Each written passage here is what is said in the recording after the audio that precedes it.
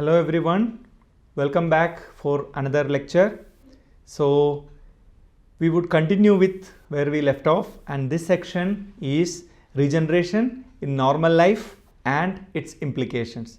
That means it is quite interesting, which will compare how regeneration is contributing to your life and how different animals that have the capacity to regenerate perform the regenerative response.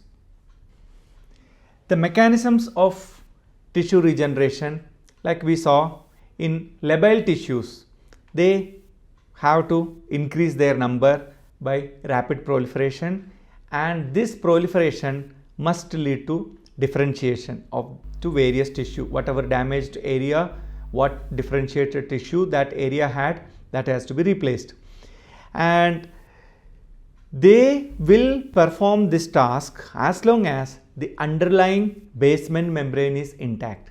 That means every cell that is being present in a tissue has a matrix which is often referred to as basement membrane that must stay intact if you want a scarless regenerative response.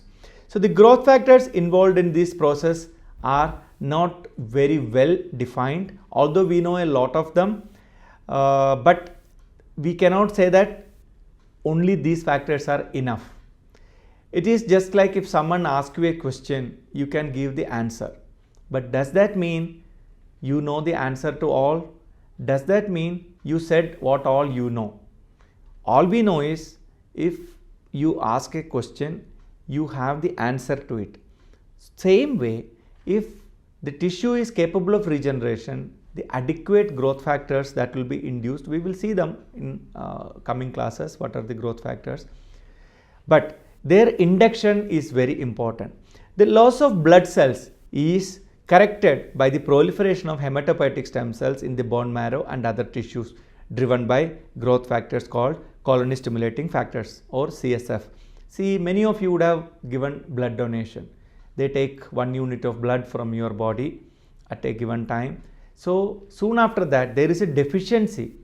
Blood is your connective tissue in your body, and there is a deficiency of cells in your body, and immediately that will trigger a CSF production in the bone marrow, and that leads to an enhanced proliferation, and within few days your blood supply is restored back, which are produced in response to the reduced number of blood cells.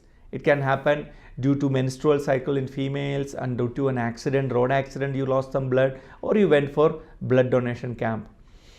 So tissue regeneration can occur in parenchymal organs with the stable cell population, but with the exception of liver, this is usually a limited process. This we have seen multiple times in the previous slides also.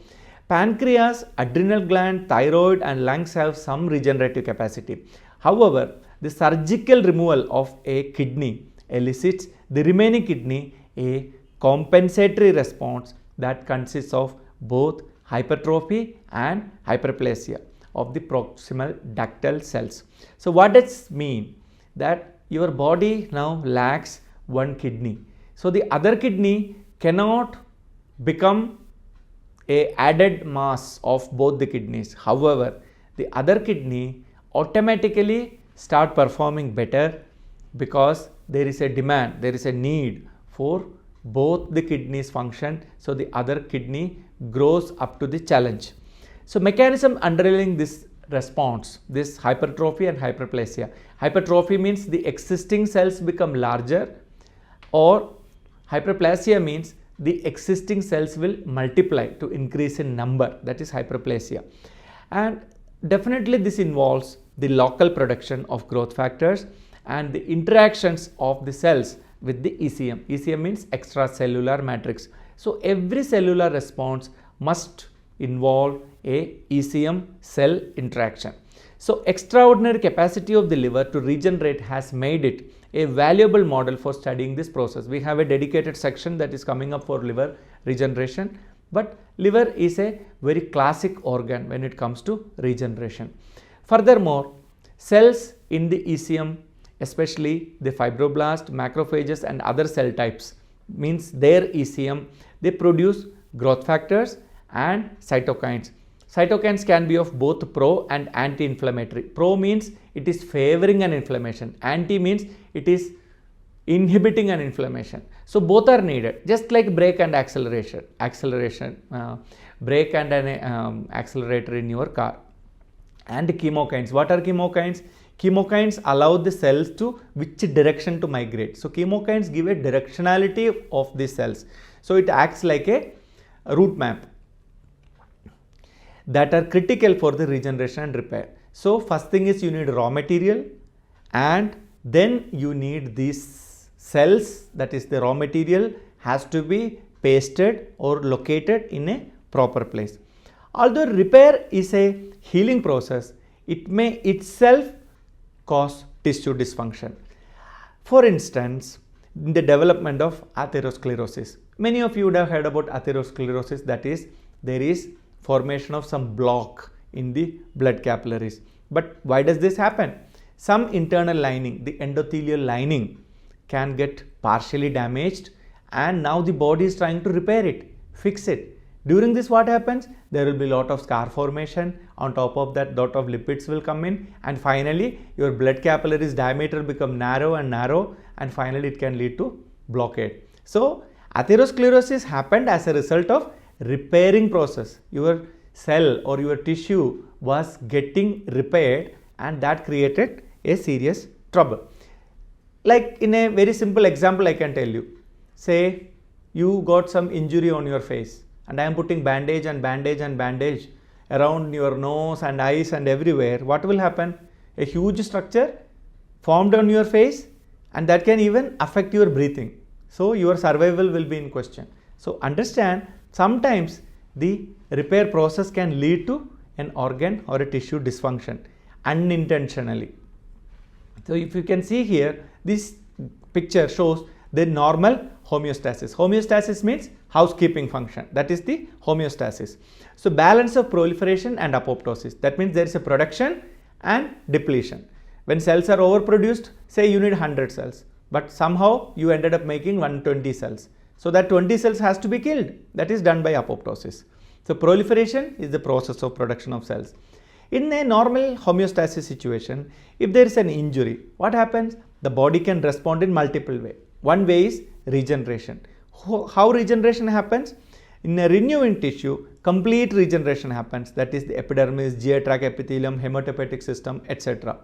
And in stable tissues such as liver, a part is amputated, as you can see here, this amputated plane, and a huge chunk is removed. You have a leftover liver, as you can see here, but it do not replace this lost part, rather it compensatory growth. Like I gave an example in the previous class, that you have 5 fingers in your hand, 3 fingers are chopped off, they are never coming back. The existing 2 fingers are occupying the space of those 3 fingers. So this is called compensatory growth.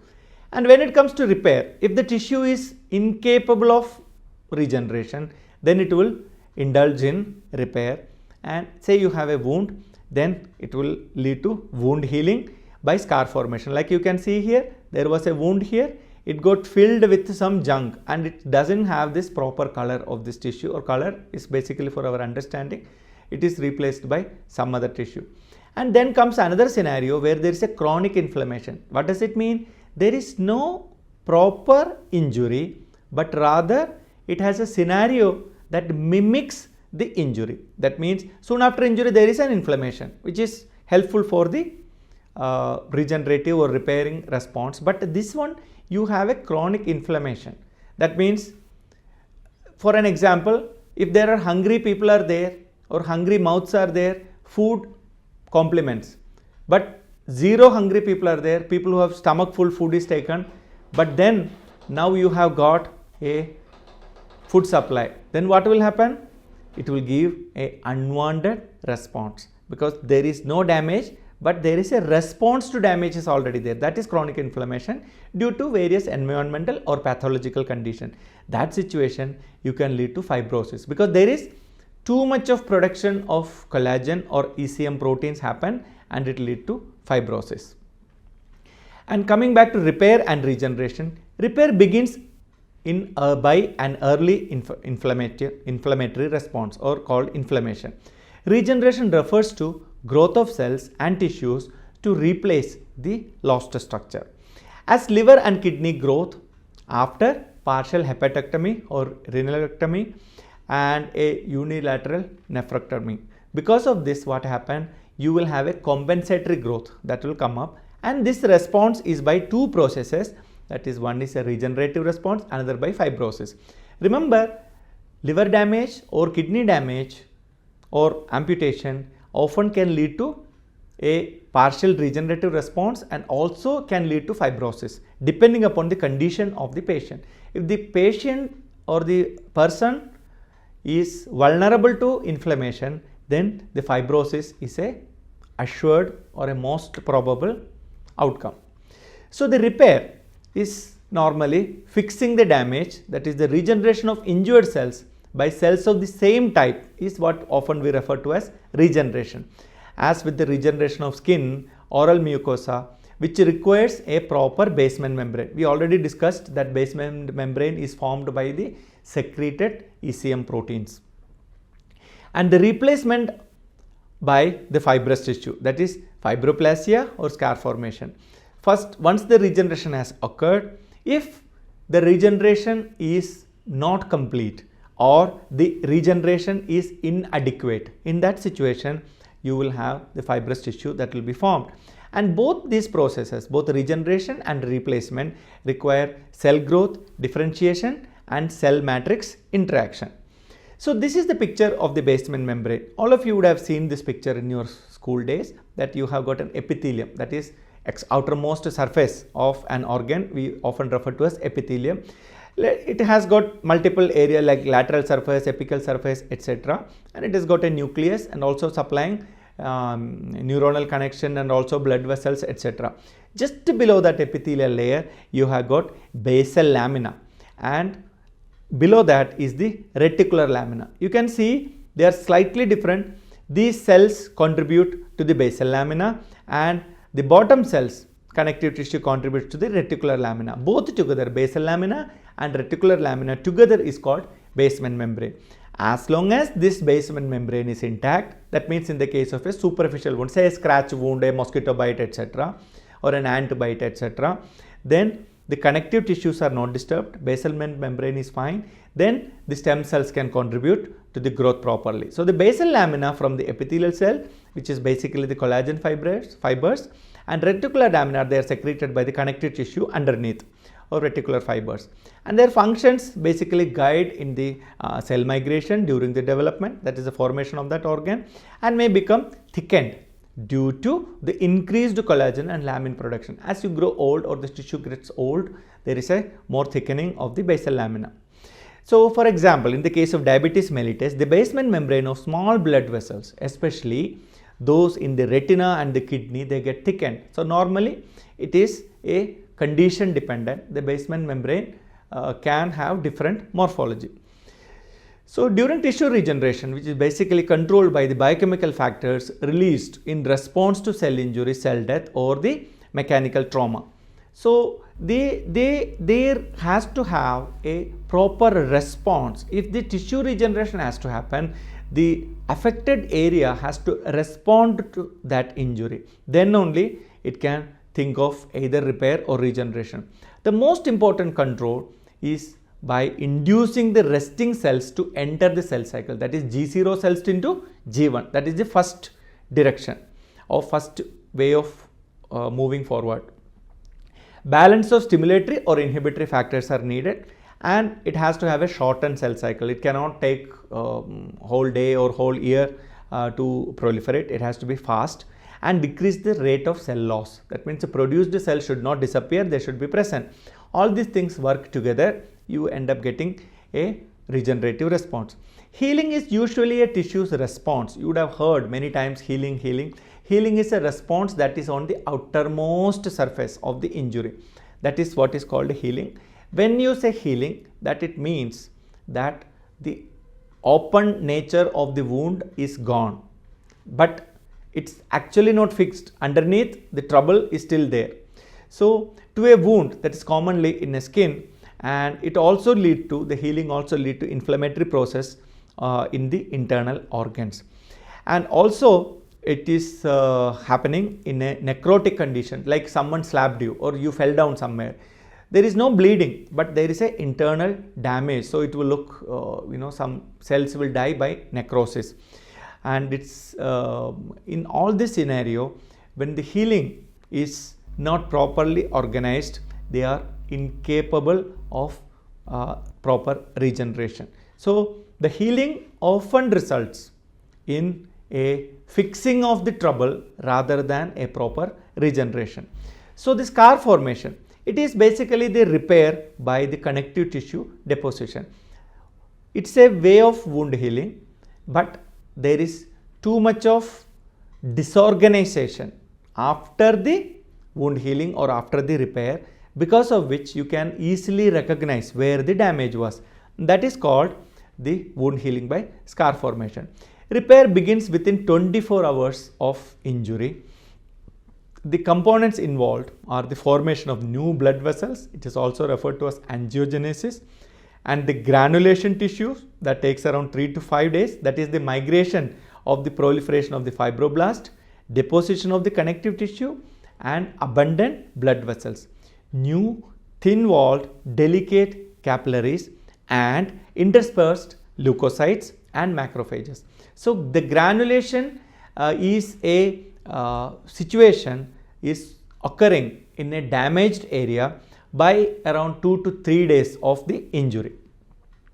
And then comes the maturation and reorganization of the fibrous tissue, which we often refer to as remodeling, to produce a stable fibrous scar. Remember, although the scar is non-functional or can be a burden, but it restores the structure and it allows the organ to run the show. Although this damaged or the repaired area is not contributing to the function, but it prevents. It's just like a tank is leaking and you are filling that hole with a hay or a cardboard paper or a stone or something. They are not contributing actively, however it is preventing the damage.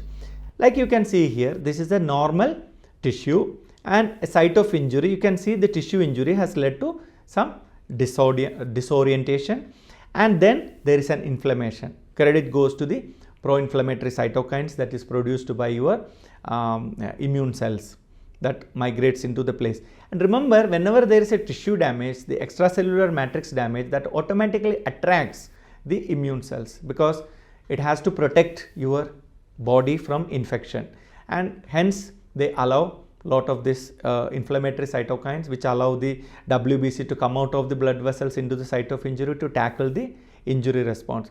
And then there is a formation of the granulation tissue, as you can see here. That means a lot of granulocytes will be occupying that area around 3 to 5 days of post damage, and then it leads to, once it is fixed, it leads to the scar formation. As you can see here, there is a abundant deposit of fibroblast as well as the ECM, extracellular matrix. So this is the picture of the granulation tissue. As you can see here, there is too much of deposit of collagen and few of the cells that is deposited. So this is how a granulation tissue looks like. Now if you look into the regenerative response of different animals, if you look into, in a normal scenario, liver, blood and skin of majority of the animals, they can regenerate, and to some extent the skeletal muscles, gut epithelium, pancreas etc. can regenerate. But when it comes to central nervous system, heart, limb, kidney, the regenerative capacity is minimal. That is what you can see in this arrow, and the regenerative potential is minimal for the mammals when it comes to central nervous system. And on the other hand, if you see animals such as urodeles and teleost, that is amphibians and fishes, they have the ability, maximum ability of regeneration of the central nervous system, unlike what is seen in the case of mammals.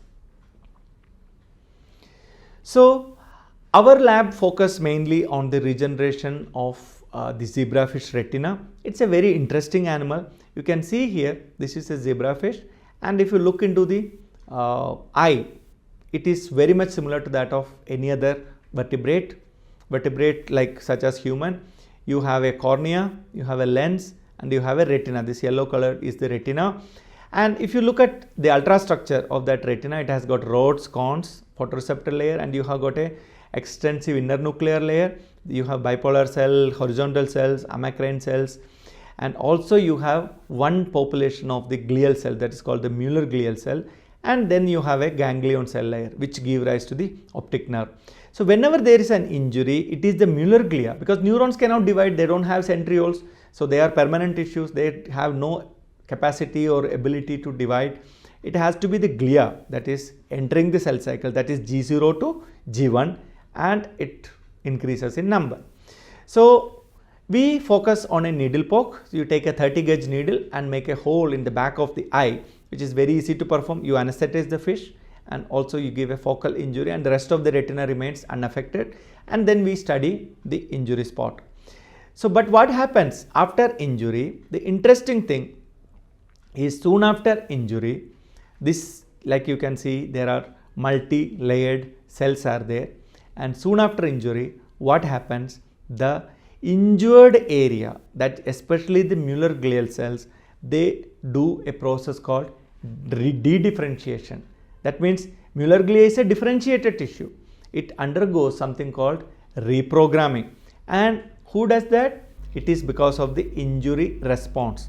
And Muller glia also have got the capacity of phagocytosis, and they will take up this damaged tissue and they start expressing some of these factors that allow them to reprogram, and we call them as activated Muller glia, as you can see here.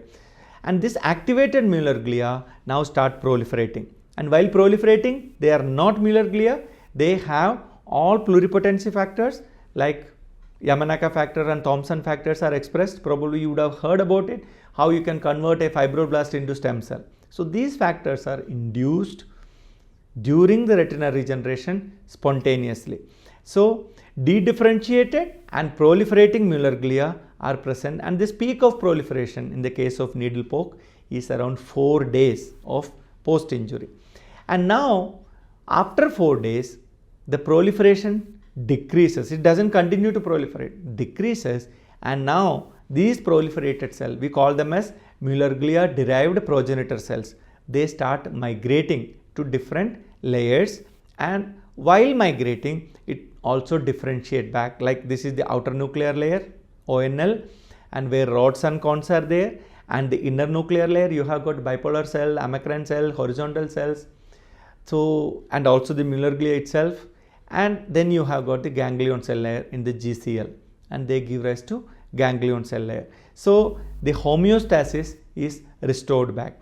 Remember, this happens in an organism called zebrafish that is capable of regenerating pretty much every organ, and this we are talking only about the retina.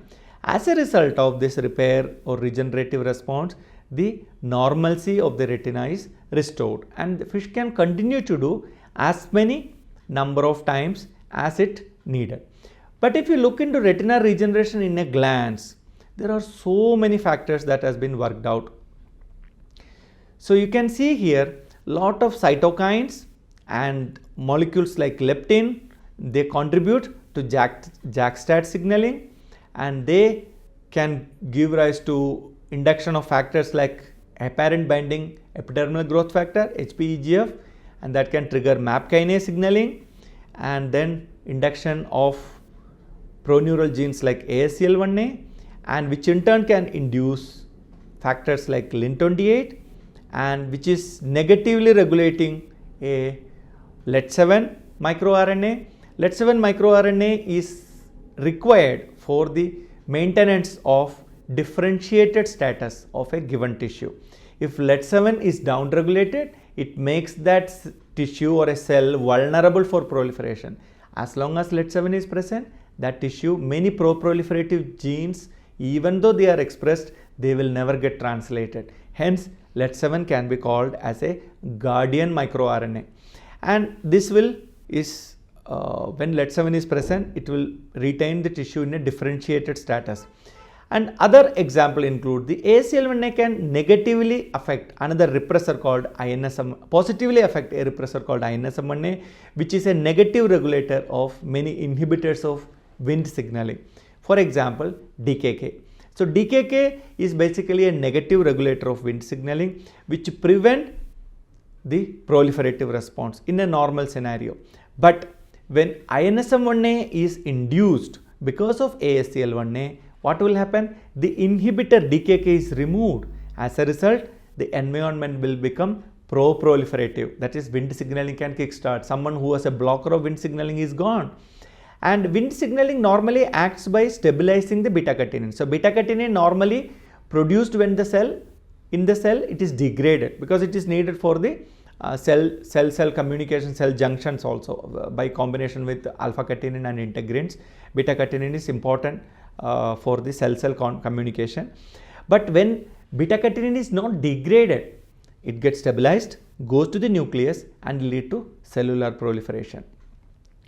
Another regulator of the regenerative response of the retina is various epigenetic regulators such as HDAC and various other gene or genome regulating factors. And another molecule that is contributed is delta notch signaling. Delta notch signaling is very important during embryonic development and also in the formation of the hematopoietic stem cells or maintaining a copy of the or maintaining the number of stem cell in a fixed number, and a group of stem cells now gets differentiated. Like you have 1 liter of milk in a glass, so you took 100 ml from that, so now it is 900 ml. So what you can do? Pour 100 more ml of milk, so that milk will remain milk. If you pour 100 ml of water, it will become diluted milk. Same logic applies when it comes to stem cell. If 100 cells are removed, 100 cells should be replaced back. That is done by proliferation. So delta notch signaling is very important for that. Delta notch signaling produces another transcriptional repressor, HER4. And this is the way in which the cellular signaling is regulated in a orchestrated manner. There are much more factors that are contributed to it. I am mentioning a few of them due to the complex nature of this regulation. And tissue regeneration, like we saw, is a bliss for a given set of organisms or some organisms, some given set of cells. So our body, every cell cannot regenerate so strong, no matter what is the age or what is the species of that organism. So the regeneration of injured cells and tissues often involves cell proliferation, which is driven by growth factors that are produced at that site. Say for example, if you got a hand cut and there is blood that will come out, and the blood has got platelets. Platelets will rupture when it comes in contact with air, and that will release a factor called platelet derived growth factor, PDGF, and every cell has got PDGF receptor. So the moment PDGF is made available, PDGF receptor will get activated and that cell will start proliferating. So this is a routine process that occurs throughout your body with or without your knowledge, but this is the importance of growth factors and is critically dependent on the integrity of extracellular matrix by the development of mature cells from the stem cell. And this we have seen it, 3 categories of tissues. We have labile cells, stable cells and permanent tissues. So the cell proliferation and the signals that control the mechanisms include several cell types proliferate during tissue repair. We know that. And the remnants of the injured tissue which attempt to restore the normal structure, they are significant players of this regeneration. Vascular endothelial cells to create new blood vessels, and the fibroblasts are the source of fibrous tissue that forms the scar to fill the gap that is needed for the regeneration. So these functions work together to restore the normalcy of a damaged tissue. We will see more about this topic in the next class. Thank you.